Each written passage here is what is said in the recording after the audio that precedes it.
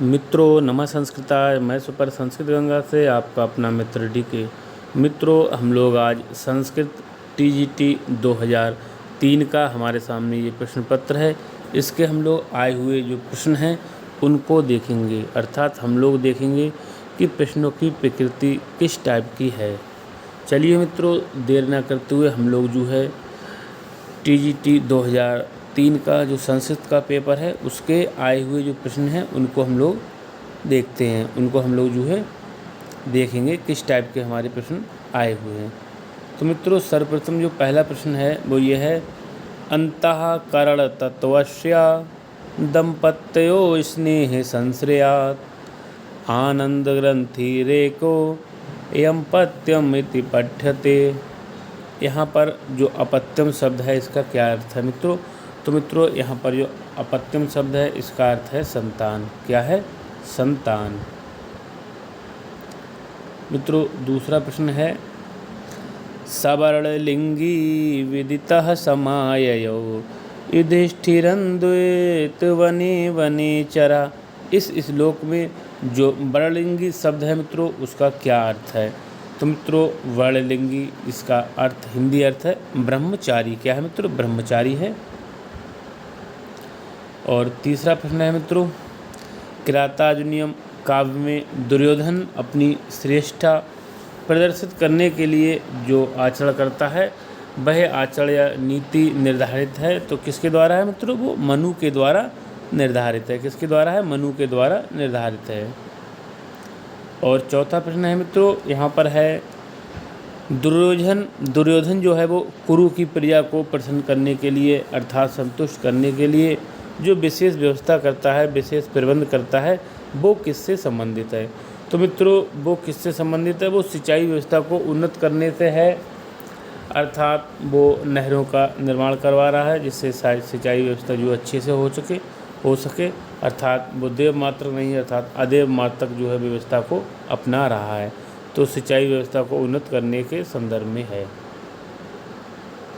ये पांचवा प्रश्न है मित्रों, यहाँ पर किरातार्जुनीयम का जो कथानक है वो लिया गया है तो किससे लिया गया है? तो मित्रों किरातार्जुनीयम का जो हमारा कथानक है वो जो है महाभारत के वन पर्व से लिया गया है। किससे लिया गया है? महाभारत के वन पर्व से लिया गया है। आइए मित्रों छठा प्रश्न देखते हैं। छठा है, मखेषु खिन्नो नुमतः पुरोदशाधिनोति हव्येन हिरण्यरेतसम। मित्रों यहाँ पर जो कह रहा है प्रस्तुत श्लोक में जो हिरण्यरेतसम शब्द है इसका क्या अर्थ है? तो मित्रों इसका अर्थ होता है अग्नि। क्या होता है? अग्नि। अर्थात हमको ये देखना है कि हमको शब्दार्थ जो महत्वपूर्ण जो शब्दार्थ है मित्रों हमको शब्दार्थ भी देखना है। सातवां प्रश्न है, ज्ञान लव दुर्विदग्धम ब्रह्मापि नरम न रंजयति। ज्ञान लव दुर्विदग्धम ब्रह्मापि नरम न रंजयति। मित्रों इस श्लोकांश में जो रंजयसी शब्द है इसका अर्थ क्या होता है? तो रंजयति का शब्द होता है किसी को प्रसन्न करना या संतुष्ट करना। मित्रों इसका चौथाई ऑप्शन सही हो जाएगा, प्रसन्न करना। अगला है मित्रों आठवां प्रश्न है, नीति शतककार के अनुसार जो सभा में किस उपाय के द्वारा कोई मूर्ख अपनी मूर्खता को छिपा सकता है? अर्थात कोई मूर्ख व्यक्ति है और सभा में बैठा हुआ है तो वो क्या करे जिससे उसकी मूर्खता जो है प्रकट ना हो? मित्रों पहला है कम बोलकर। तो बोलेगा तो कम बोलेगा लेकिन मूर्खता उसकी दिख ही जाएगी, अर्थात वो मौन रहकर वो व्यक्ति मौन रहे तो उसकी जो है मूर्खता वो छिप सकती है। मित्रों नंबर प्रश्न है, मूर्धनि वा सर्वलोकस्य शीर्यते वन एव वा। यहाँ पर जो मूर्धनि शब्द का क्या अर्थ है मित्रों? तो हमें विलोम शब्दार्थ भी याद करने हैं। तो मित्रों मूर्धनि का शब्द होता है ऊपर अर्थात मस्तक। आइए भैया 10वां प्रश्न देखते हैं। यहाँ पर है, उत्तर रामचरितम की जो कथा वस्तु है भैया कहाँ से प्रारंभ होती है? मित्रों इस प्रश्न को हमें बहुत अच्छे से लेना है। हमसे ये नहीं पूछा गया है कि तृतीय अंक की जो कथा वस्तु है कहाँ से प्रारंभ होती है या तृतीय अंक की जो कथा कहाँ से प्रारंभ होती है। हमसे डायरेक्ट पूछा गया है कि उत्तर रामचरितम की कथा वस्तु कहाँ से प्रारंभ होती है, अर्थात जो रामचरित है वो उत्तर रामचरितम की जो कथा वस्तु है कहाँ से प्रारंभ होती है? तो मित्रों राइट आंसर हो जाएगा राम और सीता के, मित्रों यहाँ राइट आंसर हो जाएगा राम द्वारा सीता के निर्वासन से। और तृतीय अंक की जो है तृतीय अंक प्रारंभ होता है शंभूक वध के लिए राम के दंडकारण्य जाने से। तो हमारा दूसरा ऑप्शन सही है। मित्रों 11वां प्रश्न है उत्तर रामचरितम में जो पात्रों की संख्या है भैया कितनी है? तो मित्रों निश्चित रूप से उत्तर रामचरितम में जो पात्रों की संख्या लगभग 30 है। ये 12वां प्रश्न देखते हैं मित्रों, यहाँ पर हमसे पूछा गया है उत्तर रामचरितम में जो बड़े तमसा और मुरला है क्या है? तो मित्रों उत्तर रामचरितम में जो तमसा है मुरला है ये क्या है? तो भैया ये दो नदियाँ हैं, तमसा मुरला और मित्रों गोदावरी, ये जो है ये नदियाँ हैं, गंगा भी नदी है। आगे देखते हैं मित्रों 13वां प्रश्न है उत्तर रामचरितम नाटक के तृतीय अंक में जो प्रधान रस कौन सा है? भैया तृतीय अंक में प्रधान रस है तो निश्चित रूप से करुण रस ही है।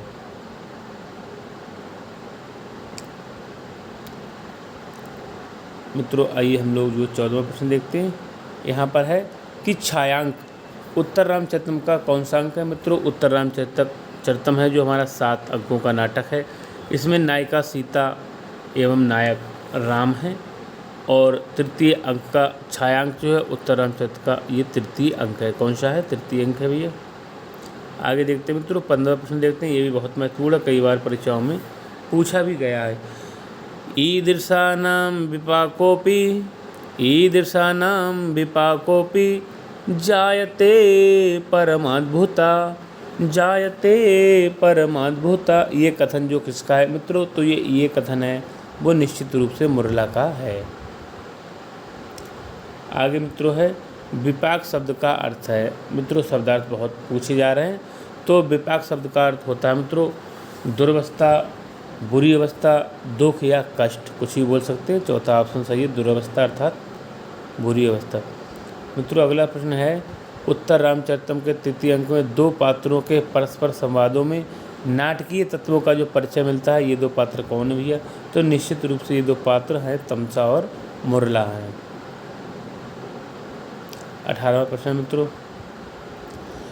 पौलस्त्यस्य जटायुषा विघटितः, इस श्लोक में जो पौलस्त्य शब्द से क्या अभिप्राय आया है? तो मित्रों ये रावण के लिए शब्द आया है। किसके लिए? रावण के शब्द लिए आया है। और 19वां प्रश्न है मित्रों मेघदूतम में किस राजा का उल्लेख मिलता है मित्रों? तो मेघदूतम में जो उदयन का उल्लेख मिलता है, किसका मिलता है? उदयन का उल्लेख मिलता है। आइए मित्रों 20वां प्रश्न देखेंगे प्राप्ते मित्रे भवति विमुखा किं पुनर्यतथोच्यः।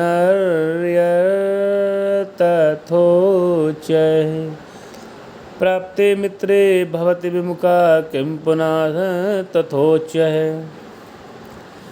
ये श्लोकांश उद्धृत है मित्रों कहाँ से है? तो निश्चित रूप से ये मेघदूतम से ही है। 21वां है अनसूया और प्रेमदा कौन है? तो भैया ये 2 हैं, ये शकुंतला की सखियाँ हैं। आइए मित्रों और देखेंगे क्योंकि हम प्रत्येक दिन लगभग 25 प्रश्नों की करते हैं, तो और 22वां प्रश्न देखेंगे। यहाँ पर है अभिज्ञान शाकुंतलम नाटक में जो वर्णित गौतमी है, भैया ये गौतमी क्या है? ये वृद्ध तापसी भी है और कण्व या काश्यप के जो आश्रम की ये अध्यक्षा भी है। दूसरा ही ऑप्शन सही है। अगला है मित्रों दुष्यंत के साथ शकुंतला का जो विवाह संपन्न होने पर उसकी सखियाँ क्या हो जाती हैं? तो भैया सखियाँ प्रसन्न ही होती हैं, चाहे सखा हो चाहे सखियाँ हो प्रसन्न ही होंगे। अगला है तपोधनम बेसिनमामुपस्थितम। मित्रों ये श्लोक है, ये चतुर्थ अंक का पहला ही श्लोक है। कण्व के द्वारा नेपथ्य से और शकुंतला को शाप के लिए बोला गया श्लोक है। कह रहा है यहाँ तपोधन शब्द प्रयुक्त हुआ है, तो ये निश्चित रूप से दुर्वासा के लिए ही प्रयुक्त हुआ है। मित्रों आइए 25वां प्रश्न देखते हैं गच्छ पादयो प्रणम निवर्तएनम, ये कथन किसका है? जब जो है दुर्वासा ऋषि है शकुंतला को शाप देकर जाते हैं, तो मित्रों यहाँ पर जो अनसूया है वो प्रेमदा से कहती है जाओ और दुर्वासा ऋषि के पैरों में गिर जाओ और उनको जो है बुलाकर वापस लाओ। तो यहाँ पर जो अनुसुईया किससे कहती है, जो अनुसुईया जो है प्रेमवदा से कहती है, अर्थात अनुसुईया के द्वारा बोला गया कथन है और किससे, प्रेमवदा से, प्रेमवदा के प्रति। तो मित्रों ये थे टीजीटी प्रश्न पत्र 2003 का आया हुआ ये पेपर है। मित्रों हम लोगों ने आज 25 प्रश्नों को देखा है और कल भी हम लोग 25 ही प्रश्नों को देखेंगे। तो मित्रों हमारे द्वारा दिए गए प्रश्न आपको अच्छे लगते हैं, वीडियो पसंद आती है तो वीडियो को लाइक शेयर और कमेंट करें, और जिनने चैनल को सब्सक्राइब नहीं किया है तो मित्रों चैनल को भी अवश्य सब्सक्राइब कर लें, जिससे आगे आने वाली वीडियो का नोटिफिकेशन आपको तुरंत प्राप्त हो सके। तो मित्रों आज के लिए बस इतना ही।